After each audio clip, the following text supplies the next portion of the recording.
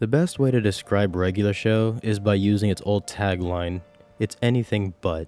Before working on Regular Show, J.G. Quintel worked on Flapjack alongside Alex Hirsch and Pendleton Ward, as well as a few other people who worked on pretty big animated projects. When thinking back on Flapjack, I can see what aspects of it J.G. Quintel worked on and pulled into his future works, specifically Regular Show.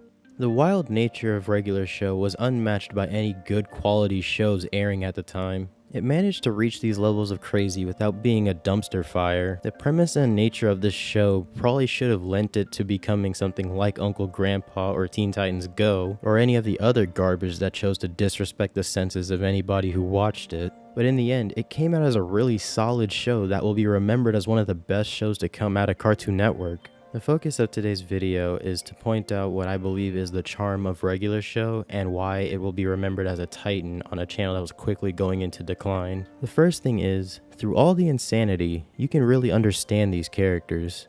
We've all been in similar situations to these characters, or we've met people who remind you of these characters, regardless of how old you are when watching this show.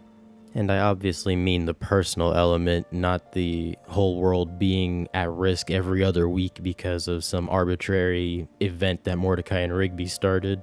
So long as you have a friend and you do some amount of socializing, you can relate to these characters.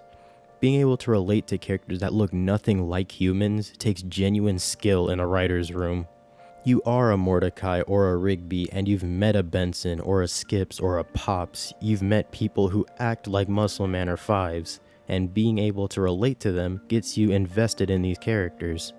You may not simp like Mordecai and you might not be throwing yourself into foolish situations like Rigby does, but you are, to some extent, going to be able to relate to these characters. The next thing is that it's an easy show to jump into at any point. As most episodic shows go, you can hop in and not miss much. Unlike Adventure Time or Steven Universe, where huge developments happen over the course of long story arcs, Regular Show develops its characters, especially Rigby, in a very low-key way over prolonged periods of time, and it will only draw attention to that story arc after the development has almost entirely concluded, which would then get you invested in seeing the slow progression, something like Eileen and Rigby's development. Him originally not really liking Eileen, and then them getting along when they go camping, and then eventually they start hanging out in the background, and then ultimately get together. And that was only really pointed out once they wanted you to see, hey look, there's something here, go back and look at how it happened.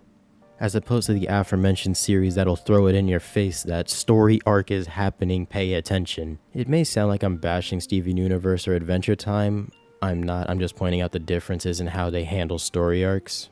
And I'm actually impressed with how Regular Show does it because it's a show that does it super subtle, but once you look at it in a grander scope, it actually is very impressive with how it's done. For the most part, Mordecaiing is very annoying at any point in the series. The next thing is the obvious one. The chaotic nature of this show is fucking amazing. Even in the weaker episodes, there's still some fun to be had. How the episodes would always start off in such a mundane fashion and then 1 minute later all hell breaks loose is hilarious. A huge part of this show's charm comes from us in just laughing as the craziness ensues. Because you're always going to be wondering, how did we get here? Like, how did these characters tap into the Speed Force by eating apple fritters? Or a personal favorite of mine is the Prank War episode where Muscle Man takes that entirely too far, and it is hilarious. Or maybe he didn't take it far enough. Send Gene to the sun again. The final thing I want to mention is that this show never lost what made it unique. Even in the last season where it tried to go more plot-centric, it still remained Regular Show at its core.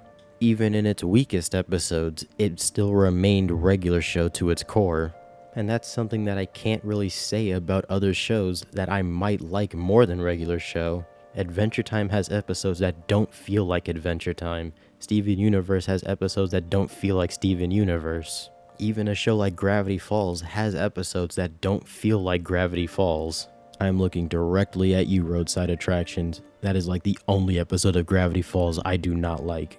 While there may be a few instances where regular show does lose its edge and doesn't feel entirely like regular show, to the core it still does feel like it. And you can see that in every episode because it will always get random, it will always get crazy. And the first time you watch the episodes, you don't know when or how it's going to get there, but you know it's going to get there. And I feel like that's the biggest charm for regular show. It maintains what it is until the very end, even as it's dying off. Those are my thoughts on regular show though.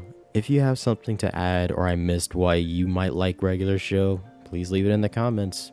Check out another video if you enjoyed this, and I'll see you in the next video. Have a nice day.